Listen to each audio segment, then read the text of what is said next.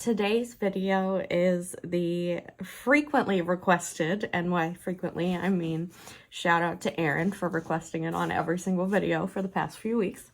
I'm so excited about this one.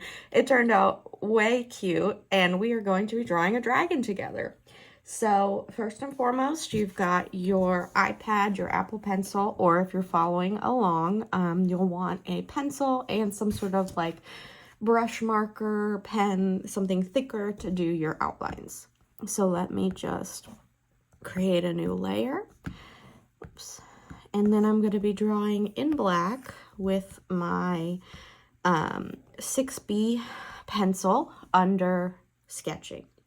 The very first thing we're going to do together is to draw the face. So we're going to start with a circle and a sketchy oval. It's pretty much just a tiny bit wider than that circle, but similar in terms of size. And then what we're going to do is connect those. So it's going to be, this is the top of the dragon's head, and this is their kind of like mouth, muzzle area. And you're going to have just a slight curve between those, and all you're really doing here is just giving your dragon a little bit of a shape to their face instead of just a long oval. Next, we're going to add ears, and so to do that, we're doing a slightly curved triangle, curved upwards. And for any of these steps, you can kind of exaggerate the features or change it up. Like if you wanted him to have big floppy ears or something, you could do that. It's all about getting the basic shapes down and then experimenting from there. We are also going to add some spikes. So I'm just going to do 2 starting on their head, and then 1 like on the top of the head, as if this was like a mohawk going down the back. Next, we're going to kind of sketch in the face details. So you can add the inside of those ears. You can come down here and sketch in your eyes. For this one, I did my eyes just a little bit different than I have been, just to give them a little bit more character. You can add eyelashes, eyebrows.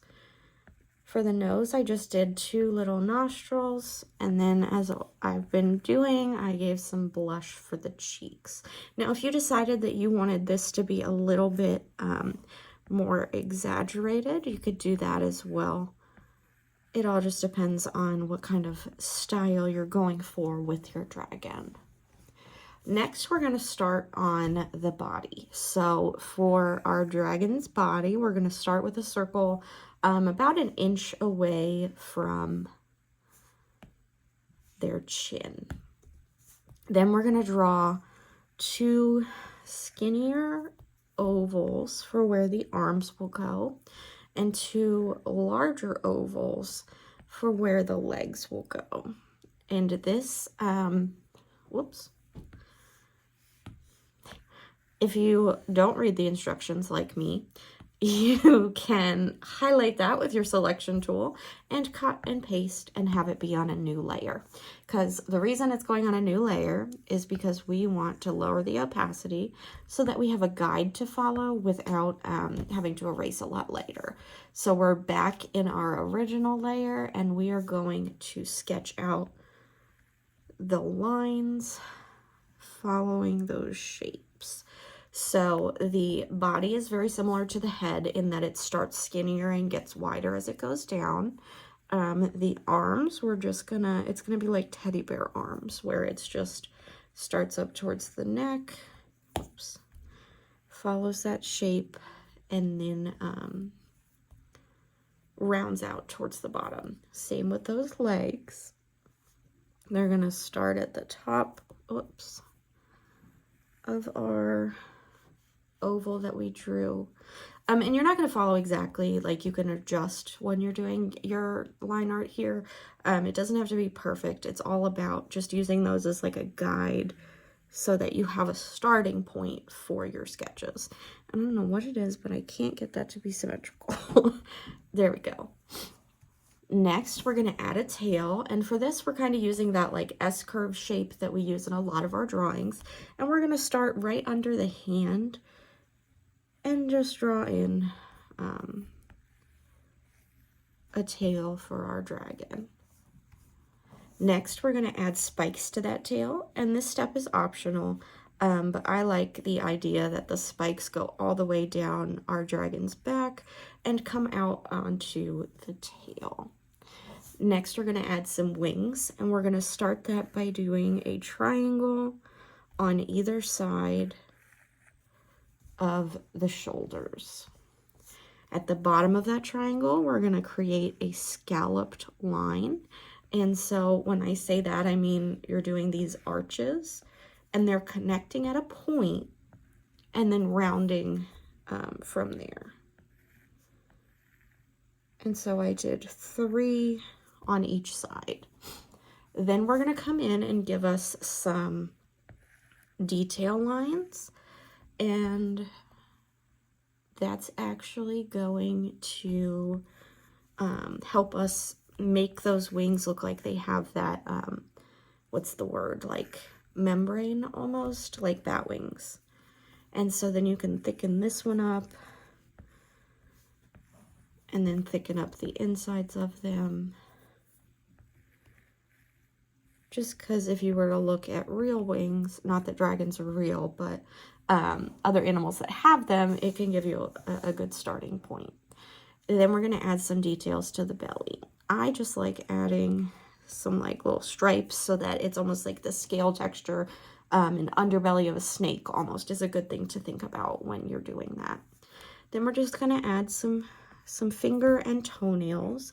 I just do 3 because I think it gives the idea without going overboard. And again, we're just using those arch shapes to do that.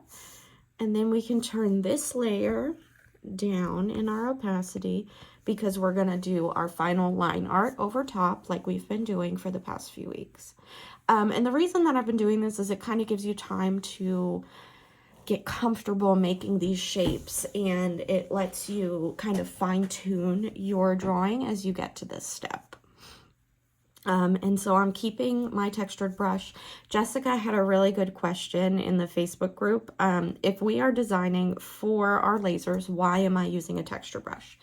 When I draw in Procreate, if I'm intending to use my design for the laser, there are 2 things that I will do. If I'm going to cut it out and have it be an outline file, I will go under calligraphy and use my monoline brush, and then make sure everything has a nice crisp edge to it, so that if I were to do an image trace and then go ahead and cut this on my laser, it would be able to follow the points and correlate really well into laser cutting, and the lines would be thick enough, and we wouldn't have to worry about offsetting it or doing any of those things. If I plan to engrave and I just want to add a little bit of extra like funkiness to my drawing, you can keep that texture so that when you engrave, it can kind of incorporate some of that. And that's something that when you do your image trace, you can adjust the threshold level so that it picks up different parts of the line and that detailing. But I'm actually, you know what, I'm going to continue using my monoline brush. You can continue with your textured brush, or if you want to have a more quote-unquote polished end image, you're more than welcome to switch on over to your monoline brush and follow along with me there. Let's see. The good thing about the monoline brush is it is so smooth.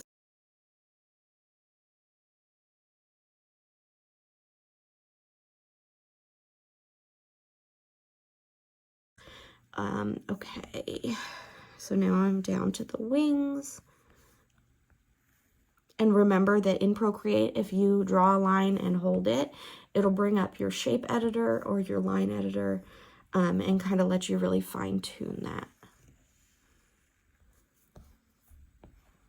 And that works well for circles or triangles or squares. It's a really helpful tool to kind of adjust like how streamlined your shapes are.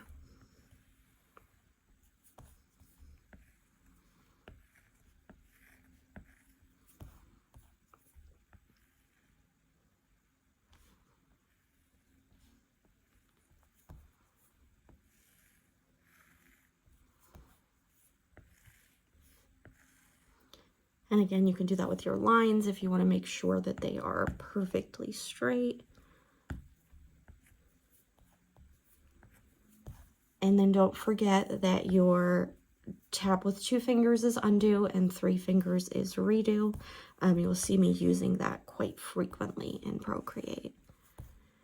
Okay, so now we're down here for the belly. Again, you can hold that arc and it will make sure it's perfectly smooth for you.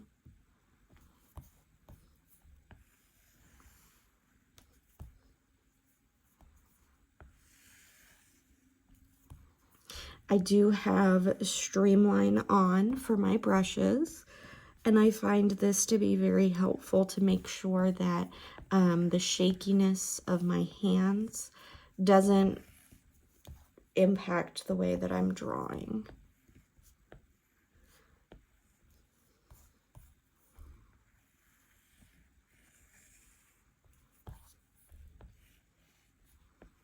And I know we've talked about that in previous workbooks. So if you're new here, you might want to go back and watch some of the earlier ones, because what we do is we build up on new techniques each time that we draw together. All right, so here is my line art layer. And what we can do, oops, I'm actually going to go back and thicken these up like I said. And it doesn't have to be like a crazy difference. Even just going over it one time makes a difference.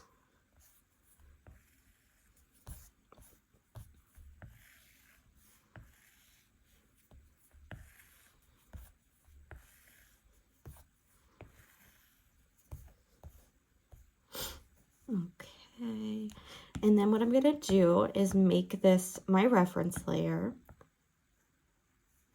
And I'm going to just color fill. You'll note I didn't do the cheeks just because I'm going to do that with my coloring. All right, so we're going to have a cute little blue dragon, and I'm just going to color drop all the areas that I want to be blue. And I'm going to make the belly a light blue, and I can even use my continue filling option. I'm going to do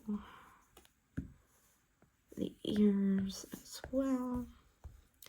And what color did I make those wings? The wings are green. Okay. I'm going to do like a baby pink for the inner ears and for those cheeks. And then I'm going to do that same light blue for those nails.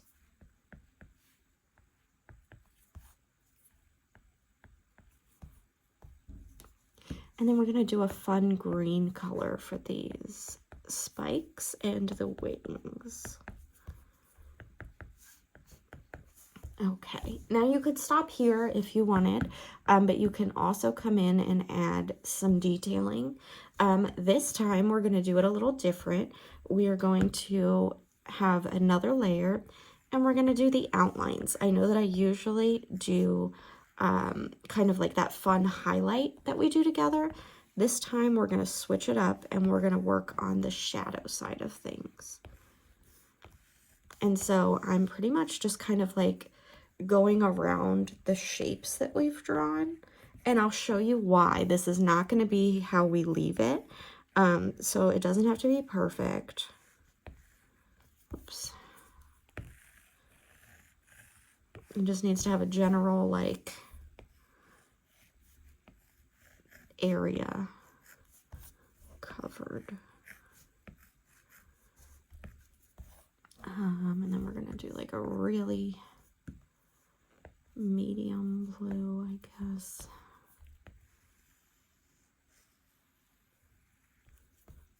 Okay. And you'll notice that, like I said, this does not have to be perfect. We just want like the hint of color, and we're going to apply a blur to it to give us that effect.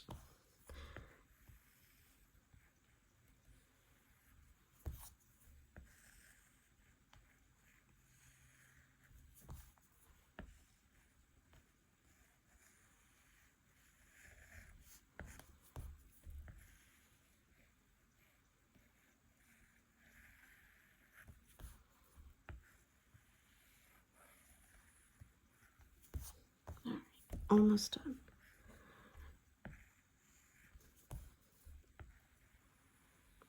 And in the face, something that you can do is kind of go around those extra details as well. Like the eyeballs, the nose. And then what we're going to do is come into our adjustments, click this blur, and then we're just going to apply anywhere like 5 to 7%. And if you like the look of adding highlights too, you can also come back and do the same thing. I know this looks crazy, just trust me for a second. On a new layer.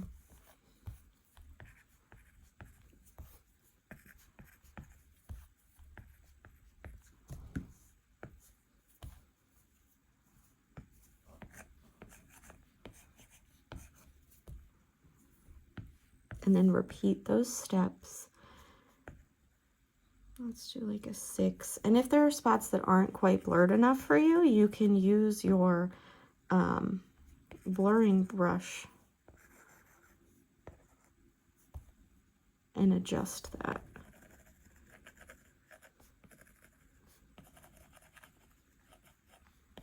And under the blurring brushes, you can select anything. So you can come down if you like the look of that like airbrushed look.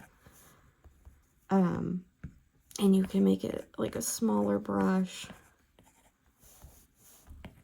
And that'll have softer edges for you. All right.